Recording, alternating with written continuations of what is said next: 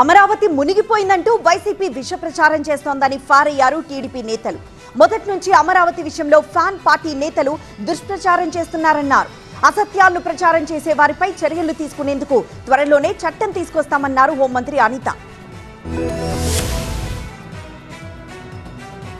అమరావతిని మీరు నిర్ణయించారే, ఆ ప్రాంతమంతా లోతట్టు ప్రాంతం, వర్షం వస్తే మునిగిపోయే ప్రాంతం. లిఫ్ట్ పెట్టినా కూడా, లిఫ్ట్ పని చేస్తున్నా కూడా ఎందుకు అక్కడ నీరు తగ్గటం లేదు? ఇది ప్రశ్న. అమరావతి ముంపు ప్రాంతమంటూ వైసీపీ చేస్తున్న ఆరోపణలను ఖండించారు టీడీపీ నేతలు. అమరావతిలో ఎక్కడా నీళ్లు నిలవలేదన్నారు. కుండపోత వర్షాలు పడినప్పుడు కూడా రాజకీయాలు చేయడం తగదన్నారు టీడీపీ ఏపీ అధ్యక్షుడు పల్లా శ్రీనివాస్. నాకు తెలిసి ఈ మధ్యకాలంలో ఇలాంటి వర్షాలు ఎప్పుడు చూడలేదు.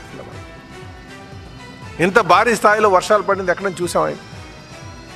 వర్షాలు వచ్చినప్పుడు, విపత్తులో వచ్చినప్పుడు అందరూ సహకరించి ప్రజలకు ఎటువంటి ఇబ్బంది లేకుండా చేయాల్సినటువంటి బాధ్యతను మర్చిపోయి ప్రజల్లో అపోహలు సృష్టించి భయభ్రాంతులు గురిచేసి వీళ్ళు పబ్బం గడుపుకుందాం అనుకుంటున్నారు.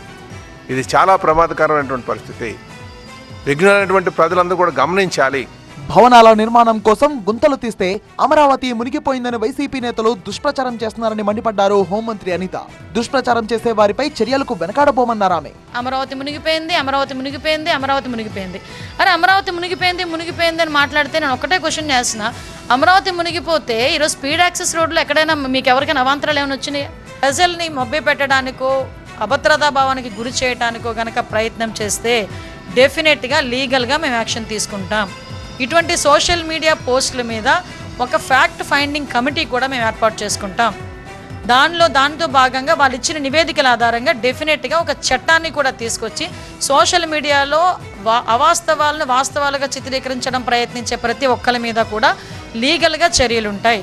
దయచేసి వీటి మీద అన్నిటి మీద కూడా మీరందరూ కూడా అలర్ట్గా ఉండాల్సిన అవసరం ఉంది. మరోవైపు అమరావతి కోసం పొన్నూరును ముంచారని ఆరోపించిన వైసీపీ నేత అంబటి మురళీపై కేసు నమోదు చేశారు పోలీసులు.